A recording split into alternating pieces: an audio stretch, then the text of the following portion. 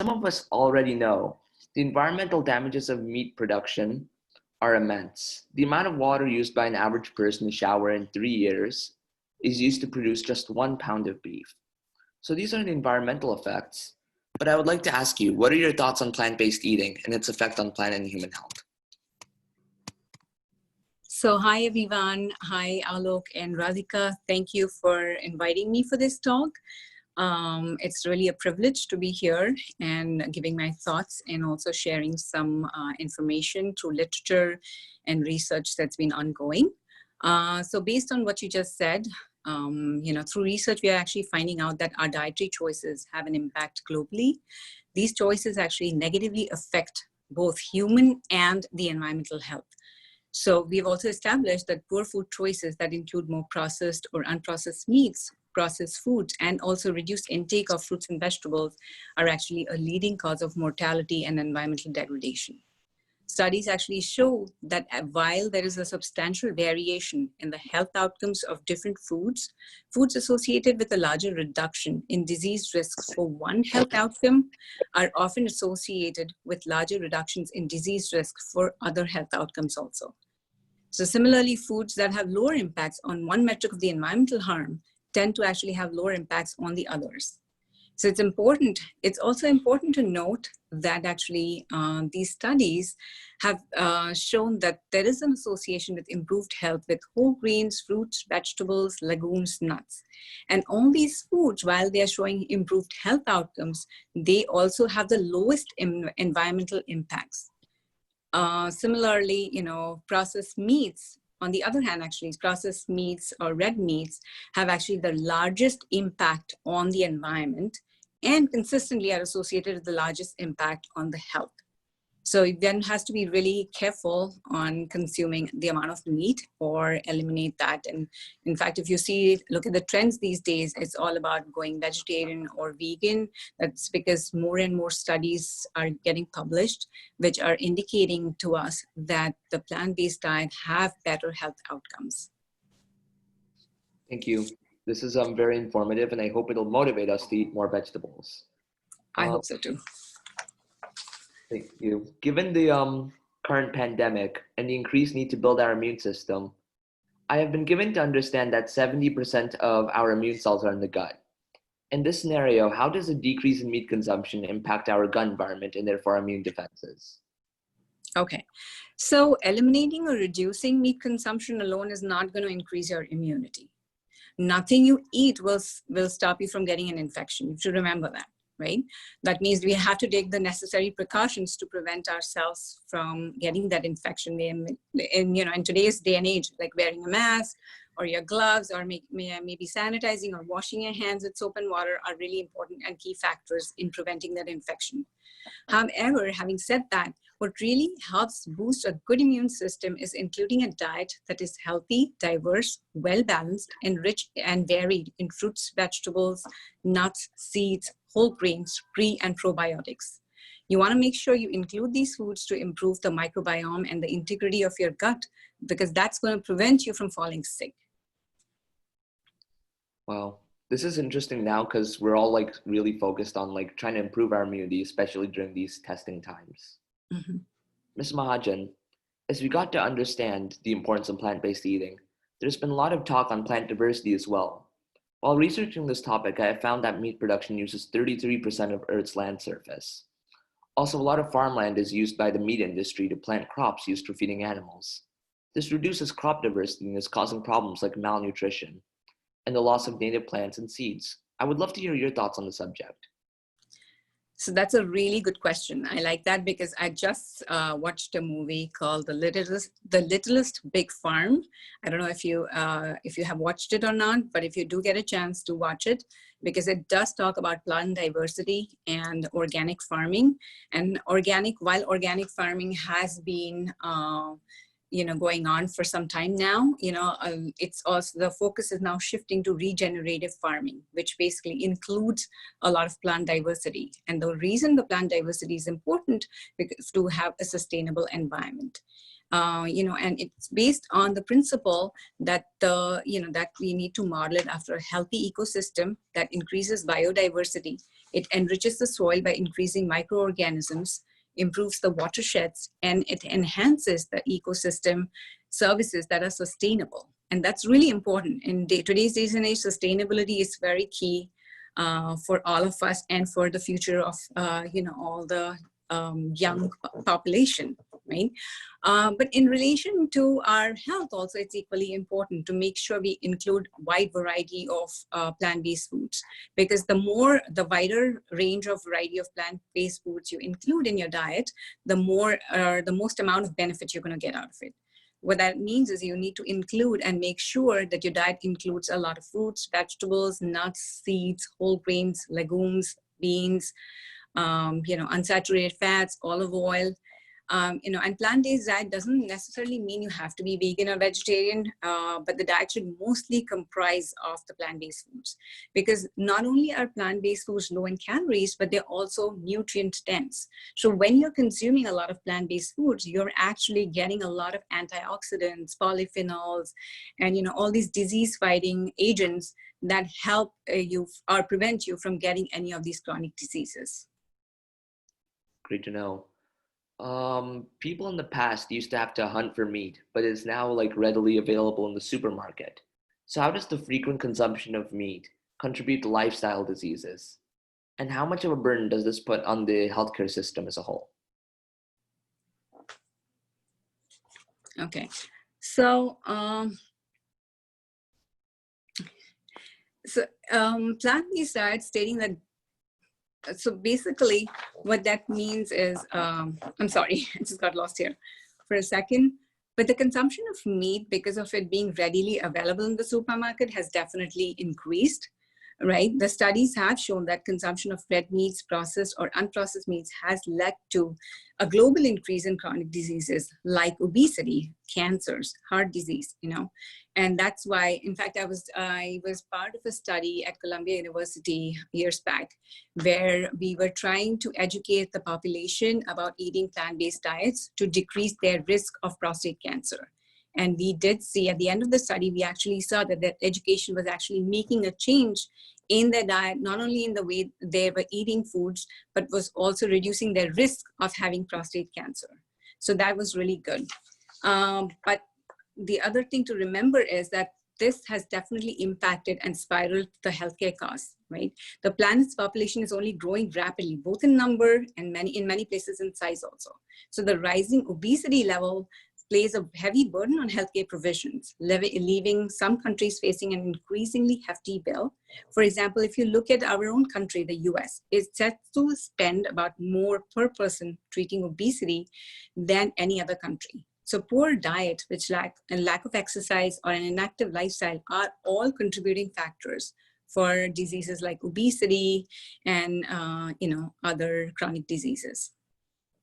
Interesting. And this is very interesting. And what are some of the health changes you've seen in your clients who have cut their meat consumption, even slightly? So, yes, I've seen some differences in my practice, or some differences in the patient's profile or health profile, I would say, like they've lost some weight, right? They've definitely improved their blood glucose control. In fact, I was just talking to one of the patients, just by me talking to her over time and counseling her, her consumption of vegetables has gone up, and that's actually helping her A1C levels, which means it tells you the blood glucose level for the last 3 months has actually reduced. So, and you want a reduced number, the higher the number, the worse your diabetes is. So, that has definitely impacted her blood glucose levels and a few of others also. It has shown improvement in cholesterol levels. However, if it's genetic, then, a diet alone is not helpful. So having said that, these patients have also shown reduced consumption of, unhealthy food practices like eliminating soda, juice, processed foods, reducing intake of even red meats, or incorporating some exercise. So I wouldn't necessarily say, okay, this is just by increasing vegetables alone has caused that impact or, has impacted them. It could also be these other factors that they have actually reduced in their day-to-day life that's causing that impact. So there's no substantial evidence of one thing leading to the change. Interesting. And your experience, is it like very hard to convince your clients to cut their meat consumption, or is it easy? That depends. And I say that because a lot of my patients come from a lower socioeconomic background. And since for them day-to-day is a struggle, it can be really hard to incorporate healthy eating because it tends to be expensive. But I find strategies to help them incorporate that if it's possible. Plus in some situations, these patients don't necessarily have access to healthy foods or groceries. And that can be a showstopper or like that can be an impediment for them. Do you think like fast food is the reason for like fast foods like is the reason for like this lack of choice? Definitely, that does play a very big role in that. And I've been a big advocate in our community or in East Orange, advocating for eating healthier and actually, seeing how we can best, working with the health department here to see how we can best give them access or provide these food pantries with healthier foods so that they have that food availability or healthy food availability. Great. Now I'll move on to animal abuse. As a vegetarian myself, I feel very strongly about the subject. There are many unethical practices like factory farming where animals are kept in factories and are injected with hormones. What are some of the health effects of those hormones, and what could be some of the larger implications of these unethical practices? So the larger implication, I mean, there's still controversy around it.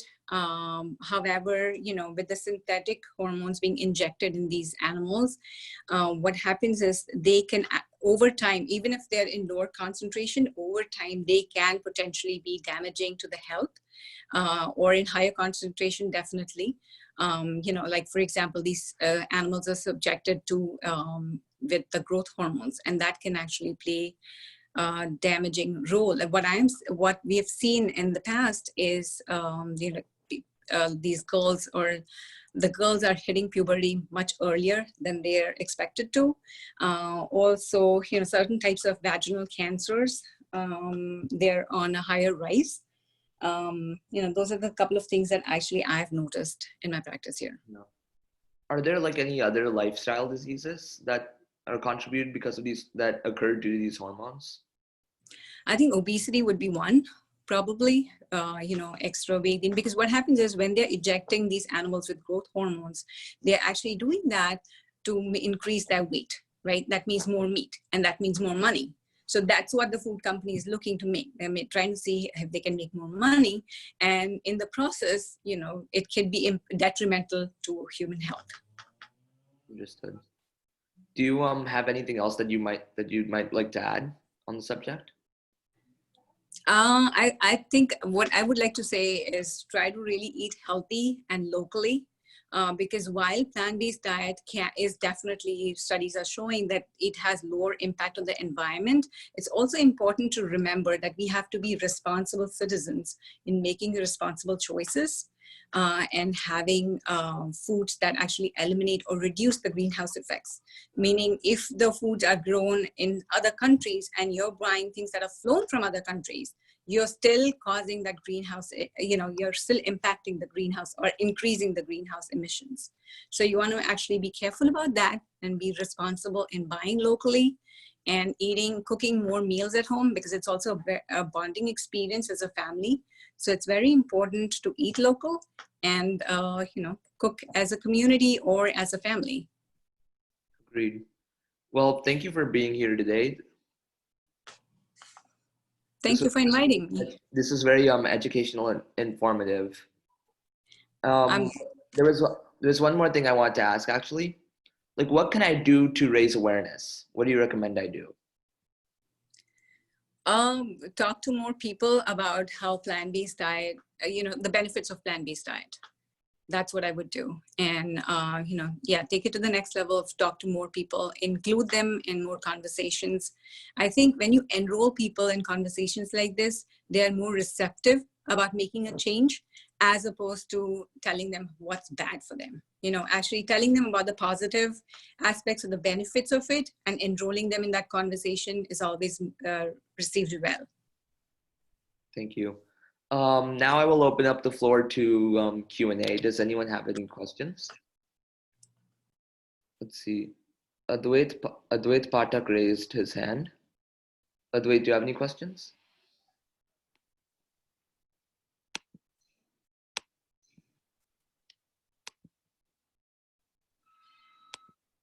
Does anyone have any questions? Yeah. Hi, this is Madhavi Trivedi here from India. Excellent conversations, I think, between you and Ms. Mahajan. Very enlightening. The fact that, I come from this part of the world where we have been used to and continue to eat extremely diverse food, plant diverse food. Just wanted to kind of really not ask any questions, but kind of, a few comments from my end here. Yeah, one is that, there are a lot of research studies on plant diversity, which actually we know actually is saying that we need to consume at least 30 different types of plants each week for a diverse gut microbiome. I think the question that you asked Ms. Mahajan, Aalok, was about, how your immune system cells being in the gut, and that is what leads to the microbiome. And they say that if you eat around 30 different diverse plants each week, right, you kind of, really get there. So that is one of the just some statistic that I was wanting to share. The other very profound statistic, and which I think this part of the world in the East, we did not know till we adopted Western style of eating, was the fact that, you have almost, and this is an FAO number, you have almost 30,000 edible plant species in the world. Yeah, and we only eat currently only 150 to 200 of them. So that's the profundity of it. And even more surprising, and this is also stated by FAO, and that is why food is unavailable to so many people, is the fact that over 60% of our calories will just come from 4 crops that we eat. That is rice, maize, wheat, and potato. So I think, the added need to have plant diversity, and since you are championing this cause, I just wanted to land some of these points with you on that. Thank you, Madhavi. This is really good. I'm sorry, Alok. Were you in the middle of saying something? No, I just wanted to thank her for bringing up this point. So one of the things what I've read in research is, increasing over here in the US, they recommend at least having 5 servings of fruits and vegetables. But the research has consistently showing actually increasing your intake to about 7 servings or more of fruits and vegetables has more beneficial impact on your health, and it prevents you from cancers. Yeah. Yeah. And actually, like we've been talking so much right now about plant and planetary health as well as human health, and some of the 2020 trends. And by the way, Monika, I am also a nutritionist from India. So that is why the interest in this topic, right? So basically, beyond what we are seeing now as a big trend from 2020, 2019 and 2020 onwards, is that, people have started even looking beyond sustainability.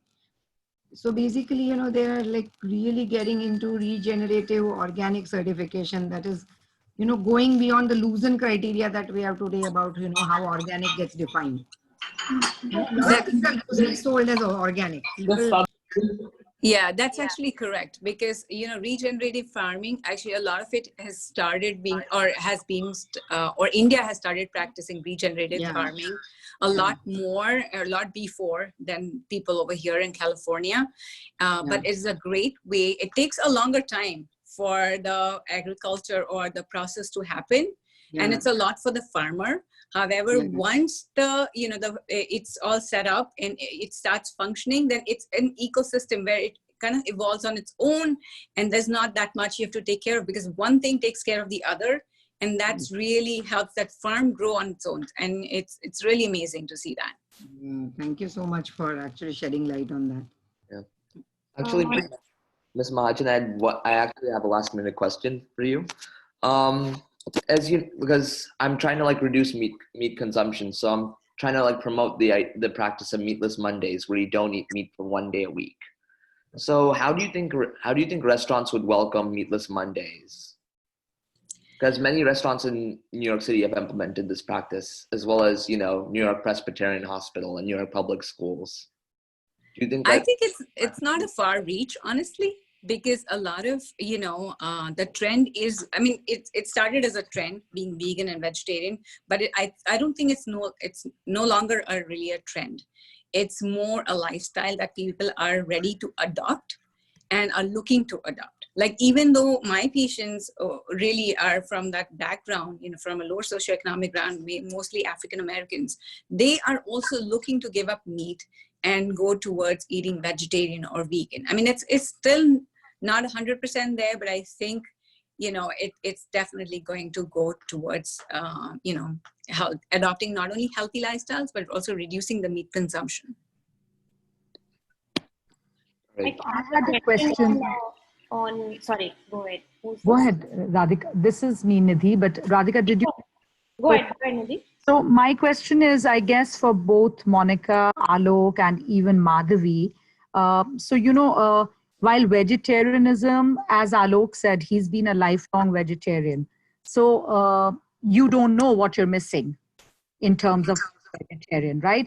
And that's what, so the non-vegetarian eaters will come back with the following. They need a lot of protein to grow. Either they're athletes or, just, it's a part of their culture to consume so much, non-vegetarian food. Number two, it is extremely tasty. It's chewy, it's tasty, and so on and so forth. And number three, of course, the fact that, every time they step out to a game, there's hot dogs, there's so much of all that available. The non-vegetarian food is available so easily, so cheaply. So how do you counter that when you're trying to profess vegetarianism to them? What I'm asking people to do is not to like give up meat completely, but just like reduce it, like meatless Monday, go 1 day a week without meat. Like, not to reduce it, but because even if you reduce it gradually, it counts, because if you reduce your meat consumption for 1 day, that reduces your food-related greenhouse gas emissions by 8.6%. Okay. And your greenhouse gas emissions make up 60% of your total emissions, your food-related emissions. So it'll still make a big difference if you just cut it for 1 day a week. We're not asking you to like get rid of it completely. All right. And I guess the nutritionists can tell us, how do we compensate for the protein, if you're not getting enough protein through vegetarian diet? Is that a misconception? How do you counter that? Okay, so actually, it is definitely the way the protein is hyped over here, and I guess at this point across the globe. You don't require that much protein. We require only 0.8 grams of protein per kilogram of a body weight. So if you actually, convert that, it's not that much protein, and you can get enough protein through your whole grains, through your legumes, through your nuts, if you kind of balance, and that's why that balance is really important. And the meal plans come in picture, where you actually calculate for your patients, how much protein are you getting from this food, right? For example, like I think half a cup of beans is about 15 grams of protein, 10 to 15 grams of protein. So, if you calculate that and form a meal plan, you can get enough protein in your diet. One doesn't need to worry so much about protein. And there are other sources that are available. Like I said, legumes, nuts, some of the vegetables like green beans are high in proteins, or whole grains, they're high in proteins. Yes, they also are high, some of these things are also have carbohydrates in them, but you have to kind of balance the meal out, and then you can include that. What is lacking in today's the diet is like lots of vegetables. People don't focus on eating lots of vegetables as much. And vegetables are where you're getting your polyphenols and antioxidants and, phytonutrients that are actually disease-fighting agents. And you really need that in every meal, because that also helps you keep fuller. So one of the complaints I do get is like, oh, I don't feel full, and all people are eating is, lettuce. Lettuce and tomato is not going to keep you full, or like a little piece of chicken. So you have to find a good substitute for that chicken, first of all, like it could be beans and nuts or whatever. But you also have to make sure those vegetables have to be dark vegetables. For example, peppers and onions and cabbage and, spinach and collard greens and kale or whatever is locally available. You can't just rely on lettuce as being a vegetable. That's one of the things that I've seen. Great. Thank you, Monica. That's really insightful, certainly. And thank you, Aalok. Thank you. You're very welcome, Madhavi. Thank you for joining us. Yeah. Monica, I have a question. This is Radhika. I became vegetarian, as you know, because of climate-related reasons, and have been trying to be vegan for a long time. So my question is regarding local. So because I wanted to be a vegetarian, not so much for health reasons. Now, of course, there are also health reasons, but for climate. And I really liked your point where you basically were saying that try to be local, try to have local vegetables, and make sure that, your greenhouse emissions are cut down by being local. But my question or my worry is that being local has not been very easy, especially with COVID, because you are not going to shops and other things. And plus, I try to reach out to all these local farm to fork people and all these small businesses. But here in Melbourne, it has, these businesses are sometimes in and out. We don't have a big momentum going. There are not many people who want to try out this local way of living. So I'm not sure how long can I go on with this local idea of like buying local, do all the things local, till we don't get a supply chain that is strong enough and sustainable to make sure that our needs are met. So I'm not sure how to address this issue, and it's more of a commerce and market oriented and supply chain issue. But maybe you would be able to give some ideas on how we can build up this momentum on being local. And also maybe through Alok's voice through this summer, we can try to connect to other, people who are doing farm to fork related work.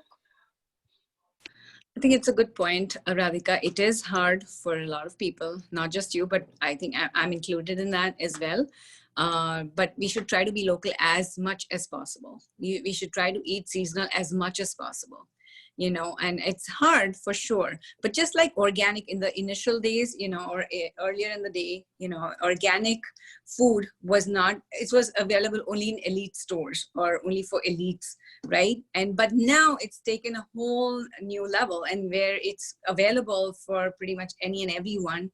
Obviously the choice relies on you, whether you want to, buy organic or not. That's a different matter, but that's available. I think slowly and steadily things are also changing. I've seen that a lot of places in New York, specifically in Brooklyn, are actually trying to grow foods locally, and they have these little farms in build up. Even though they live in apartments, they're actually making those farms over there, which is pretty amazing. And I can always send you a list of local foods that are available here. But if you go, like for example, if you go to Whole Foods, there are some of these Brooklyn grown greens that are available. I know it's hard, and you have to always look at the cost also. And, so sometimes buying frozen food does help.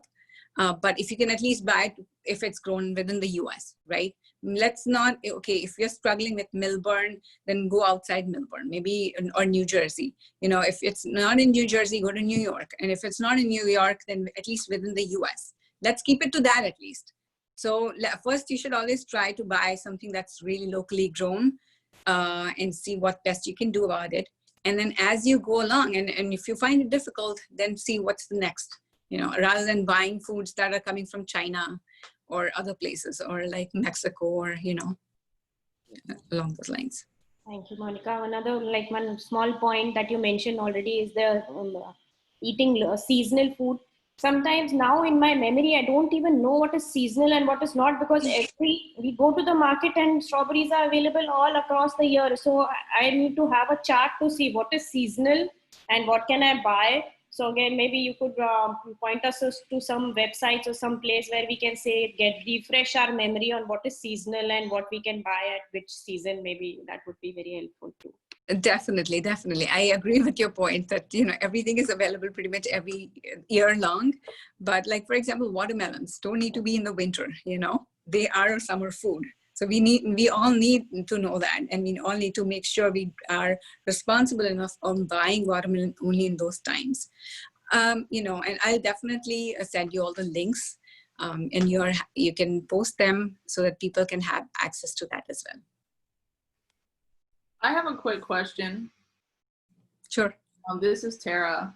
I'm on Radhika's team with the Center for Sustainable Development. Thanks so much for your talk today. I was just thinking, kind of along some of the other questions, for those who aren't ready to give up meat in its entirety, but want to be more responsible about how they eat meat.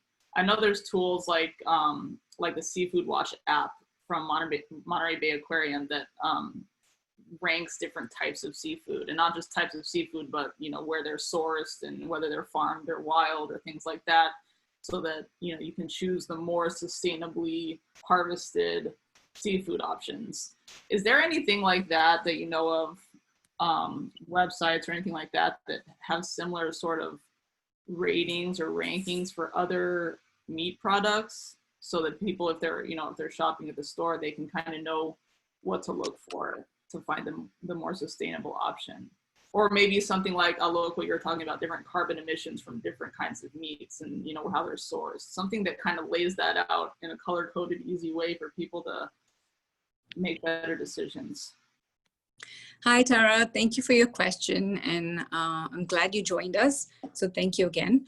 I do have some websites that I'm happy to send it to Radhika so that she can post them, and then you can have a look at it.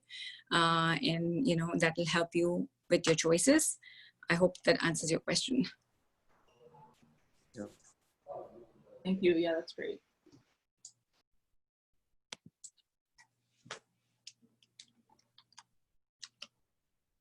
Anyone else have any questions?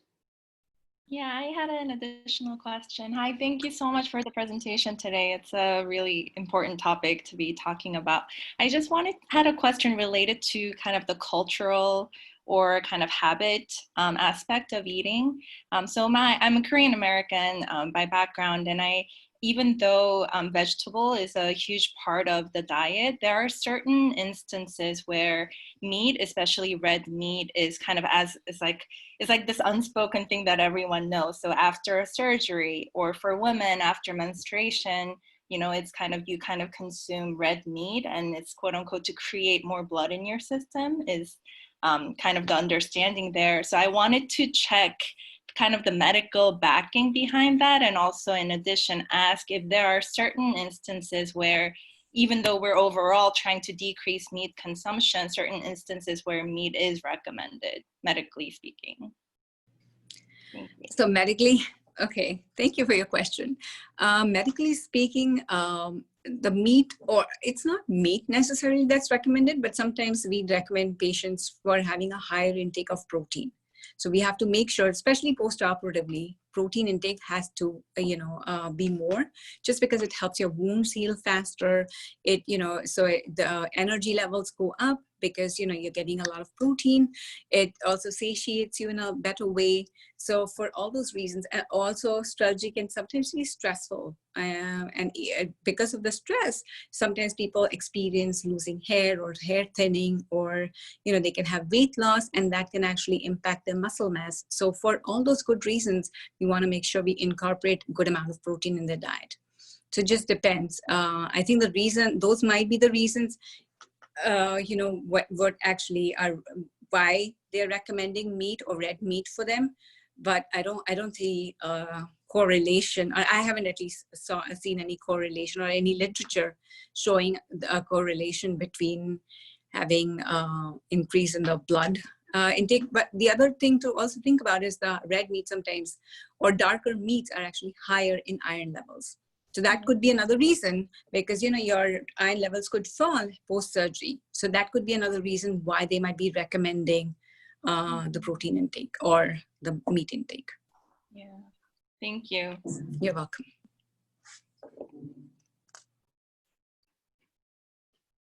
Anyone else?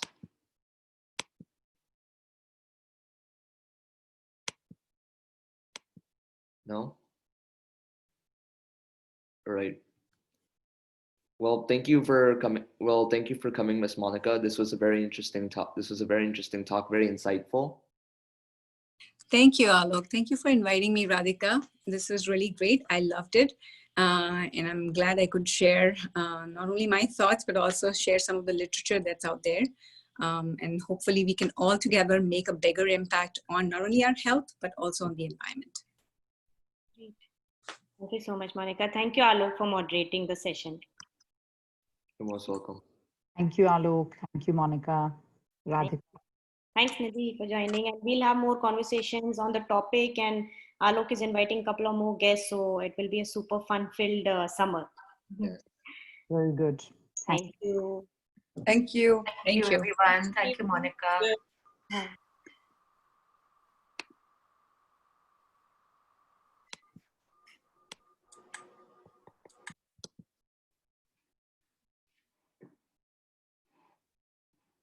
Okay.